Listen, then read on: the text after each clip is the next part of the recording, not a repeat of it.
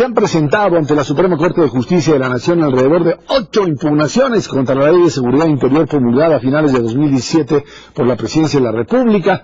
La acción de inconstitucionalidad que presentaron los diputados federales de oposición fue admitida ya por la Corte. La presentada por Movimiento Ciudadano fue desechada debido a que los partidos solo pueden recurrir a esos juicios para demandar la invalidez de normas electorales. Han presentado impugnaciones a la ley senadores de oposición, la Comisión Nacional de Derechos Humanos, la de la Ciudad de México, la Alcaldía de San Pedro Cholula, la del INAI, la Defensoría de Derechos Humanos del pueblo de Oaxaca. Bueno, nos acompaña aquí en el estudio de Dinero y Poder Marco Cortés, coordinador de los diputados federales de Acción Nacional. Marco, muchas gracias por estar aquí con nosotros.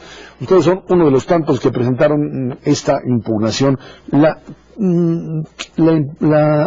controversia constitucional que están ustedes planteando de la Ley de Seguridad Interior se basa, entiendo, en el hecho de que dicen que el Congreso no tiene facultades para legislar sobre seguridad interior, ¿cierto? Ezra, primero te saludo, te agradezco la invitación, saludo a Macario, a Ernesto también, un gusto estar aquí con ustedes en Canal 11. Miren, se los digo con toda claridad, hemos logrado la suma de 188 legisladores. Es una visión global. En principio, sí. Impugnar la generalidad de la Ley de Seguridad Interior, partiendo de que no debe el Congreso legislar sobre la materia. Esto sí está controvertido. Pues ¿quién más puede legislar sobre la materia si no es el mismo Congreso? Por eso es que también nosotros hemos impugnado en lo particular 28 artículos de los 34 que conforma la Ley de Seguridad Interior, para decirle a los ministros de la Corte, revisa la constitucionalidad completa, y en su caso, revisa la constitucionalidad o aclara o define cada uno de los artículos de la misma. ¿Qué le pedimos a la Corte? Escucha todas las voces, los que están a favor, por supuesto al gobierno federal, al PRI que la impulsó, pero también las voces de los organismos nacionales e internacionales, particularmente de derechos humanos, que claramente se han manifestado en contra de esta ley promulgada, donde el Ejecutivo no nos escuchó. Nosotros le pedimos que antes de promulgara, revisara estas voces, escuchara y que pudiera generar convicción. Lo hizo de inmediato, ya trasladando la responsabilidad al Poder Judicial. Esta ley que se discutió durante un tiempo y que realmente debíamos haber construido desde mucho antes, ha sido muy controvertida, en particular porque varios grupos consideran que se le está dando a las Fuerzas Armadas un espacio mucho mayor del que deberían tener. Esto está asociado con el papel que se les ha pedido que jueguen, porque pues no tenemos fuerzas de seguridad pública que puedan hacer frente al crimen organizado. Entonces, más allá de que la ley vaya a ser revisada o corregida a través de la Suprema Corte, me imagino regresándola al Congreso para que haga las correcciones convenientes, necesitamos resolver el problema que dio origen a la ley. Y ahí es donde me parece que no hemos hecho lo suficiente, no estamos construyendo estas fuerzas de seguridad que resuelvan el problema, y por eso estamos llegando a este tipo de cosas. Entonces, ¿qué es lo que piensan que deberíamos hacer para poder resolver este problema y no tener que hacer estas leyes? Está siendo muy preciso, Macario. El punto es, ¿la Ley de Seguridad Interior va a resolver el problema de inseguridad que vivimos en México? La respuesta es no. El problema de la inseguridad que vivimos en México se va a poder resolver cuando se asuma de forma integral, desde la prevención, con medidas diversas. Lamentablemente en el presupuesto de egresos de la Federación, desde el año pasado se le puso 0 pesos a la prevención. Cuando se analice y se legisle sobre el perfeccionamiento de la investigación, dígase ministerios públicos, que no hacen su trabajo de forma correcta y por eso luego terminan saliendo los delincuentes. Luego entonces, la sanción. Tiene que haber sanciones ejemplares por parte del Poder Judicial.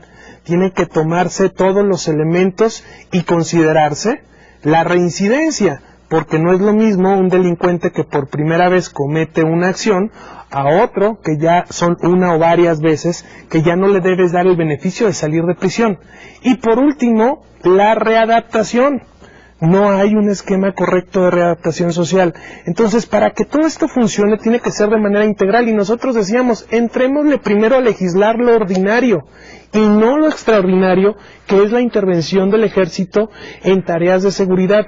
Fortalezcamos las policías. Por eso nosotros impulsábamos la ley de mando mixto, para que de esa forma pudiéramos organizarlas, homogeneizarlas, capacitarlas, buscar que tuvieran un funcionamiento orgánico pero subsidiario, que no haga la policía mayor lo que puede y debe hacer la policía menor, y que solamente intervenga el ejército cuando ni la municipal, ni la estatal, ni la federal pudo en alguna situación, y solamente en casos específicos y absolutamente extraordinarios. Entonces, si solamente legislamos sobre la intervención del ejército en tareas de seguridad, aquí la preocupación es entonces, ya va a ser la manera como se atienda la seguridad en el país. Nuestros gobernadores se van a echar para atrás, los alcaldes se van a echar para atrás, el presidente de la República se echa para atrás, pues porque trasladan la responsabilidad al ejército. El problema es ese, que llevamos ya muchos años en los que todos se echaron para atrás, y el único que le entró, bueno, los únicos, las Fuerzas Armadas, Ejército y Marina, y no estamos teniendo un marco jurídico que los respalde por este trabajo. Entonces, además de todo lo que comentaba que hay que hacer, creo que sí necesita las Fuerzas Armadas una seguridad jurídica de lo que se les pidió hacer y que no se la hemos dado, ¿no? Por eso dijimos, estamos de acuerdo en hablar del tema, siempre y cuando sea en su integralidad. Y de hecho, no creando una nueva ley. Nosotros hablábamos que dentro de la Ley de Seguridad Nacional pusiéramos un capítulo de seguridad interior, que creo que hubiera logrado transitar de mejor manera, y además hablando de una integralidad de la misma ley. Marco, lo que estás planteando evidentemente suena bien en términos de que es una política integral, pero toma muchísimo tiempo. La verdad es que ya desperdiciamos en este país, o sea, el problema ya lo teníamos desde hace 15 o 20 años, o bueno, lo hemos venido acarreando durante décadas. Ahora verdaderamente estos puntos en donde debiera de intervenir el ejército, que podrían ser 1 o 2, en donde la violencia verdaderamente esté desatada, está por todo el país. Y el tiempo que nos llevaría a constituir una fuerza policíaca de 450,000, pues con las escuelas de policías que tenemos, ni trabajando 24/7, nos darían 10 años. El tiempo para restituir una generación completa de ministerios públicos con capital humano, el tiempo que nos lleva los jueces, que en buena medida pues no están resolviendo el problema, y el sistema carcelario del país, son esos 4 pilares de los que hablan, toma mucho tiempo. Y la verdad es que pues lo que hemos escuchado en las campañas, o precampañas, o como les querramos decir, es nada que nos haga estar un poquito más tranquilos a todos los mexicanos. Mira, acaba de mencionar Ricardo Anaya, el precandidato de la Coalición por México al frente, que se requiere más inteligencia y menos balas. El candidato del PRI, José Antonio Meade, en Durango, pasados días, presentó su estrategia para la seguridad. ¿Y qué creen que dijo? Que había que usar la inteligencia y decomisar las cuentas, incautar bienes y evitar el trasiego de armas ilegales a nuestro país. La pregunta para el candidato del PRI, José Antonio Meade, es: ¿por qué no lo hizo como secretario de Hacienda y Crédito Público si de él depende la unidad de inteligencia financiera? La propia Gafi de la OCDE dijo que México estaba reprobado en esta tarea de incautar bienes del narcotráfico, cuando estos no fueron con recursos bien habidos, adquiridos, o bien recursos en cuentas que no tienen un claro origen de estos fondos. Y que México estaba reprobado en esta labor que le correspondía al secretario de Hacienda a través de esta unidad que depende de la Secretaría de Hacienda. ¿Por qué no hizo lo que hoy ofrece a los mexicanos? Y una más, las armas de la delincuencia organizada, pues ¿por dónde entran? Por la frontera. ¿Y a quién le corresponde la frontera? A las aduanas. ¿Y de quién dependen las aduanas? Del secretario de Hacienda. ¿Por qué José Antonio Meade no hizo lo que le correspondía. Y hoy no lo viene a ofrecer. La manera debe ser integral y la forma menos violenta y seguramente más certera de empezar a ganar esta batalla va a ser a través de los dineros, de las cuentas, de la delincuencia y evitando que sigan entrando armas como lo hacen todos los días. Es que hay otro elemento que hay que tomar en cuenta, que es la responsabilidad en el tema de seguridad de gobernadores. Es cierto que se trata de delitos federales, es cierto que hay una responsabilidad de los gobiernos en turnos, lo fue de Vicente Fox, que también estuvo y no hizo nada, secretario de Hacienda, él mismo, lo hizo con Felipe Calderón y Ubalito, y fue todavía peor, y ahora con Enrique Peña Nieto. Ahora, aquí el tema es que tienes a muchísimos gobernadores que tuvieron que hacer tareas, que tuvieron recursos para hacerla, y o se lo robaron, ¿sí?, o simple y sencillamente no hicieron el trabajo. Y ahí es donde parecería ser que hay una idea de que, pues, que los gobernadores hagan, sí es cierto, cuando tengan, luego se tiran al drama diciendo, es que no nos llega el recurso, es que somos muy pobres. Si no hay una obligación real y no hay una presión sobre un gobernador para que haga su trabajo, tratar de suponer que inteligencia y todo lo que tú quieras lo va a realizar el gobierno federal, el próximo presidente, el que sea que gane la elección, no va a poder triunfar con inteligencia, con ejército, con lo que tú quieras. El gobierno de Enrique Peña Nieto tuvo un error fundamental, fatal, en el inicio de su periodo, en el marco del Pacto por México. Desapareció la Secretaría de Seguridad Pública y fortaleció la Secretaría de Gobernación. Politizó lo que tendría que haber sido absolutamente técnico. Ese fue un grave problema. Y los datos no mienten. Y son oficiales. El 2017 se convirtió en el año más violento, con más ejecuciones en la historia desde que se lleva registro. Y ahí están los datos. Sin duda, hay responsabilidad de los gobernadores y de los alcaldes, por supuesto. El problema es que es general, no está focalizado en un gobierno u otro. No, a ver, está en todo el país. Anteriormente teníamos problemas. Yo soy michoacano, imagínense. Pero estaba focalizado. Hoy el problema de la inseguridad, lamentablemente la tenemos en todo México. Y eso sí es por una estrategia central fallida, mal orquestada y por lo tanto con repercusiones en las 32 entidades federativas. Gobernadores, yo diría contigo, gobernadores que tienen responsabilidad y no la han cumplido, y no ha habido quien, incluso desde el Congreso, los pueda controlar. Ahí está. Estoy de acuerdo contigo. Creo que ha faltado precisamente este estímulo para que los gobernadores se pongan a trabajar, fortalezcan sus policías estatales y a su vez las policías municipales.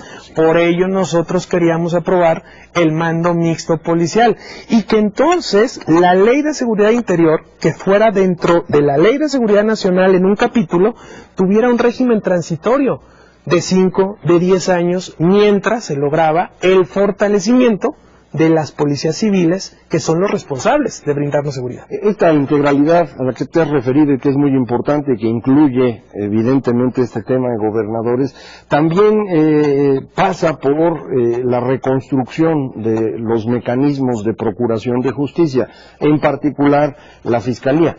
Es decir, debíamos habernos movido ya de Procuraduría a Fiscalía, debíamos haber tenido ya el Sistema Nacional Anticorrupción funcionando, y todas esas leyes ya existen, y sin embargo no se han podido aplicar, porque no han podido nombrar a los responsables y porque no ha habido la decisión de poner esto en práctica. ¿Qué se hace ahí? Pues lo que tenemos que hacer es nombrar a los correctos, no se trata de nombrar por nombrar. El Sistema Nacional Anticorrupción nació desde la legislatura pasada. De hecho, para nosotros es un orgullo decir que fue Ricardo Anaya Cortés quien propuso la reforma constitucional. Ya en esta legislatura nos correspondió a nosotros diseñar la legislación secundaria. La aprobamos, pero a regañadientas del PRI, solo por la fuerza de la sociedad organizada, que logramos tener la declaración 3 de 3 y matizada, pero fue con esa fuerza y ese respaldo de la sociedad. ¿Cuál es el punto ahora? Pues que querían un fiscal carnal. Recuerden ustedes lo que tuvimos que hacer en la Cámara de Diputados. nos pusimos en resistencia legislativa, evitando que se instalara la mesa directiva con Jorge Carlos Ramírez Marín, y dijimos con claridad, no tenemos nada contra el señor, estamos en resistencia legislativa porque queremos un compromiso del PRI, del gobierno, de que no habrá un fiscal carnal. Querían que el procurador actual, que ni siquiera ya está como procurador, pasara a ser el primer fiscal por 9 años, un blindaje transeccional.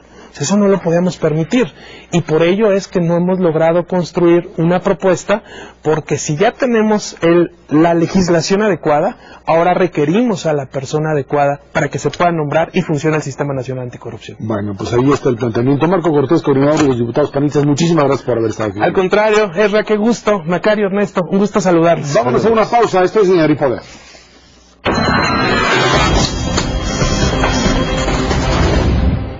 Estas vacaciones visita Papalote. Explora el Jardín de las Maravillas y asómbrate en la zona de México Vivo. Además, vive una aventura científica en Amazonas 3D. La nueva película de la megapantalla IMAX. Ven y acércate a la naturaleza en la temporada Zoom de Papalote. Museo del Niño. Toco, juego y aprendo. Lunes sin carne.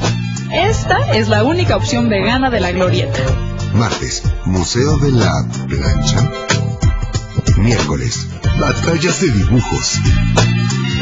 Jueves, circo o teatro. Circo en el teatro. Viernes, a la luna.